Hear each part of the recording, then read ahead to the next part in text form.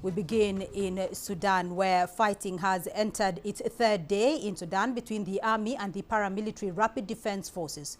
The Doctors' Union says almost 100 civilians have died in the fighting. Residents reported sustained gunfire in the capital, Khartoum, in the morning. Clashes have also been seen in other cities across Sudan. Regional leaders say they hope to travel to Sudan on Monday to try to bring an end to the fighting that has halted aid operations.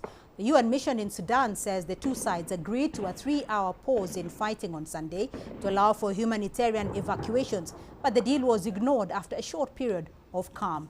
CGTN's Joy Kurukijuma has more. On Sunday, Sudan's army appeared to gain the upper hand in the power struggle with the Rapid Defense Forces. Witnesses say 3 UN workers were among those killed in the fighting. It sounded like there was a thunderstorm of sorts, and when we woke up and went outside, there were fighter jets, and just sounded like gunshots, and there's just a lot of chaos going on. And there's like smoke everywhere. A lot of people are just kind of like hiding in their homes. It's been going on since yesterday morning. It kind of like there was a lull at night, and then it started back up again like early morning, and like 1 or 2, like super loud. And now there's jets again. Videos posted by the Sudanese military claim to show troops ripping down banners at an RSF base and captured RSF troops. Thanks to God, we are all fine and safe.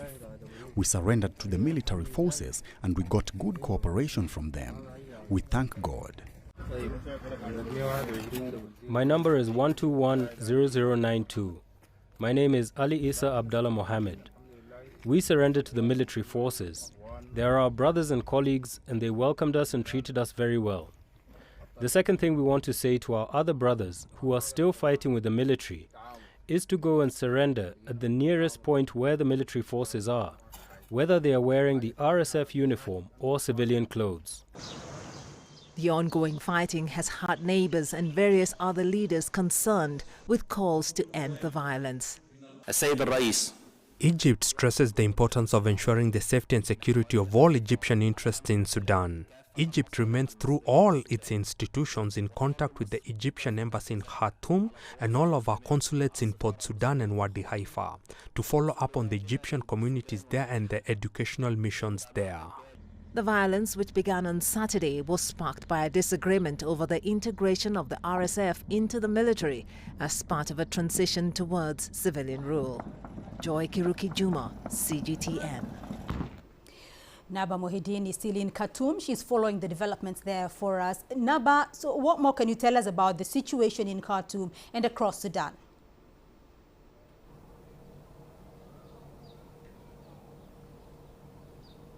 The situation, Beatrice, among Sudan, across Sudan and Khartoum specifically, is still chaotic and is still scary because the fighting has never stopped. During the night or a day, we can hear heavy weapons, explosions, bombings everywhere. The situation is really bad and people are panicked. They are staying at their residences. Some people are staying inside, and some people were told by the military to evacuate from residential areas close to RSF camps. The military right now is using Air Force. The situation is really bad and deteriorating, especially the humanitarian situation. Political detainees in prison, in detentions and prisons they don't have food or water, and they are under the fire. Hospitals are full with patients. Pregnant women are in their homes. They can't even get ambulance to go to hospitals.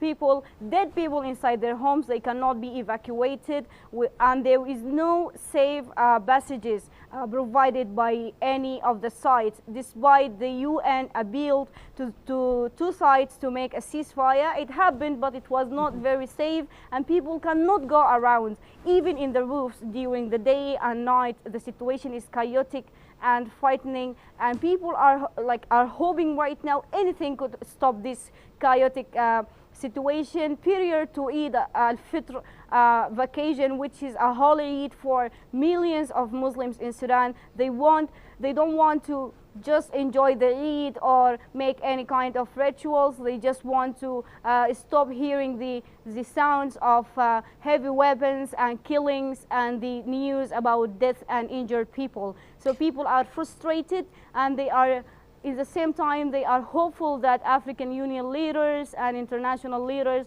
can push on the two generals to stop this chaotic situation. So, Naba, tensions continue to rise in Sudan as we speak. What are you hearing, though, about Sudan's army gaining ground on rival paramilitary forces?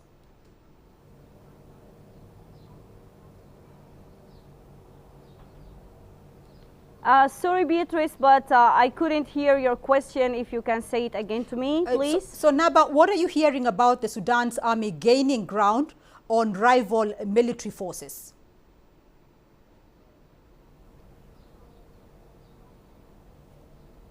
Yes, the Sudan's military said there is a lot of troops joining it, and we are also hearing that not only ground troops but also air force. We are not hearing it. We are watching it and monitoring it. While I'm talking to you, there is aircraft shooting and targeting RSF camps in South Khartoum, in Durman, in Bahri City, near residential areas, presidential palace and military headquarters.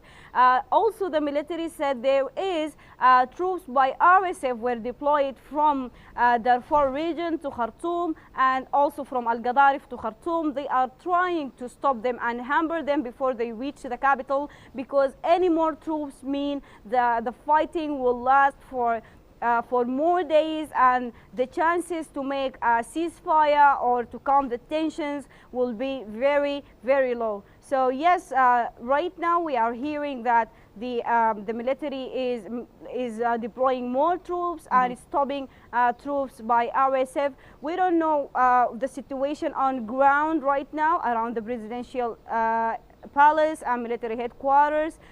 Every side claims that they are making advances, but what we can see right now is the fighting is still going on, and the headquarters, military headquarters, some buildings of it were burned by fire and by the fighting.